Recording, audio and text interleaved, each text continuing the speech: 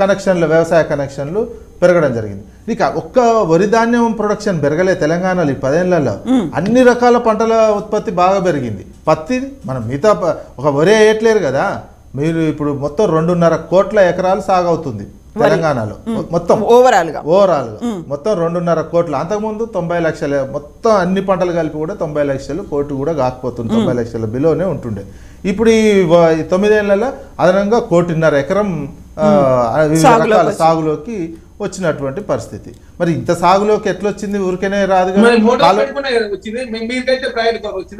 మరి ఎట్లా మరి అదే ఇప్పుడు ప్రాజెక్టులు ఇప్పుడు నీళ్లు రాంది మీరు చెప్పొచ్చు, నిన్న చెప్పలేకపోయారు కదా. మరి అది శ్వేతపత్రంలో ఎందుకు చెప్పలేకపోయారు? మరి శ్వేతపత్రంలో ఈ 3.5 కోట్ల టన్నుల ధాన్యం ఎట్లా పండిదో, 2.5 కోట్ల ఎకరాల వరి వ్యవసాయ సాగు ఎట్లొచ్చిందో, ఇవన్నీ నీళ్లు లేకుండానే పండియకుండానే నీళ్లు రాకుండానే పండించారు అనేది ఏమైనా చెప్పొచ్చు కదా ప్రభుత్వం ఎందుకు చెప్పలేకపోయింది? శ్వేతపత్రంలో ఇవన్నీ ఉన్నాయి కదా. మరి శ్వేతపత్రంలో ఇంత ప్రొడక్షన్ వచ్చింది, ఇంత పోయింది, ఇవన్నీ ఎందుకున్నాయి మరి శ్వేతపత్రంలో?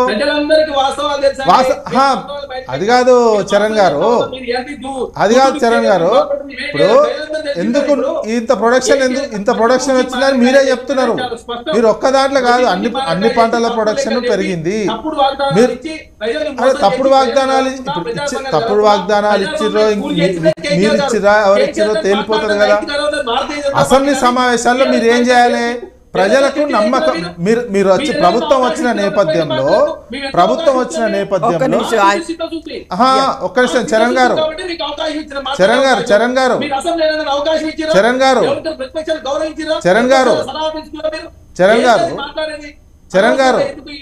అది చెప్తా, నేను చెప్తా. చరణ్ గారు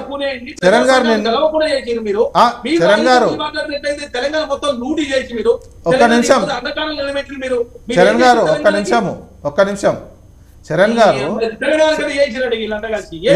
వినండి. అసెంబ్లీ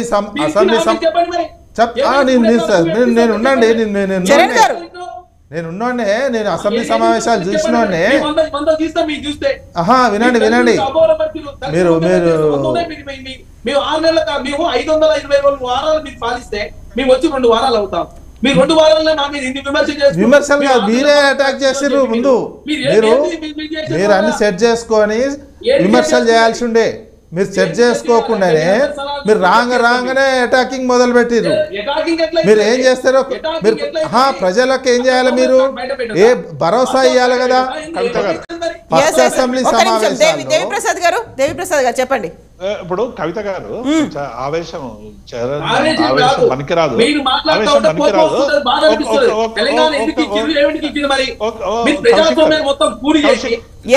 దేవిప్రసాద్ గారు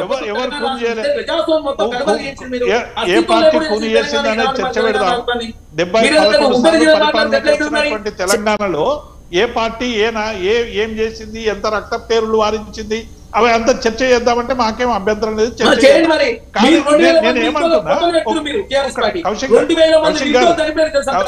కౌశిక్ గారు దేవిప్రసాద్ గారు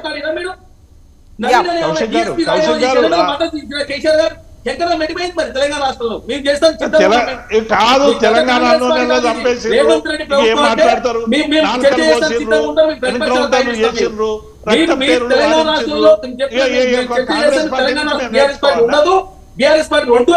మంచిదే ఉండకుంటే మీరే ఉండండి. చరణ్ గారు దేవిప్రసాద్ గారిని ప్రజలు తీసి చెత్తబుట్లు ఎట్లా ఇచ్చారో చూసినాం. అనేక రాష్ట్రాలలో ఇక్కడ కూడా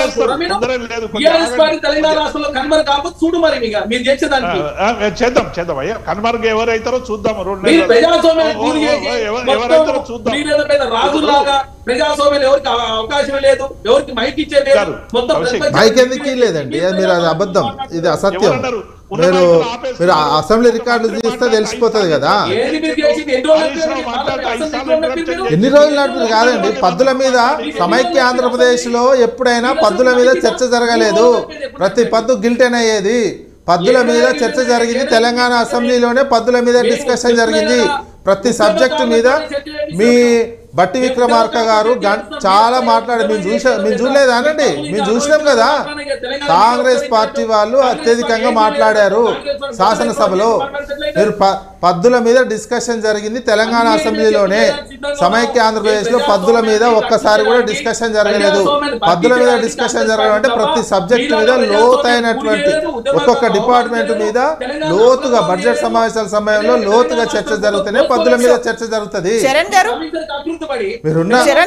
మీరు అసెంబ్లీ రికార్డ్స్ తీసి చూసుకోండి, ఎవరెవరు ఎన్ని గంటలు మాట్లాడారో తెలిసిపోతుంది. చరణ్ గారు ఇప్పటికీ మొత్తం అన్ని డిపార్ట్మెంట్ల మీద శ్వేతపత్రం రిలీజ్ చేయలేదు.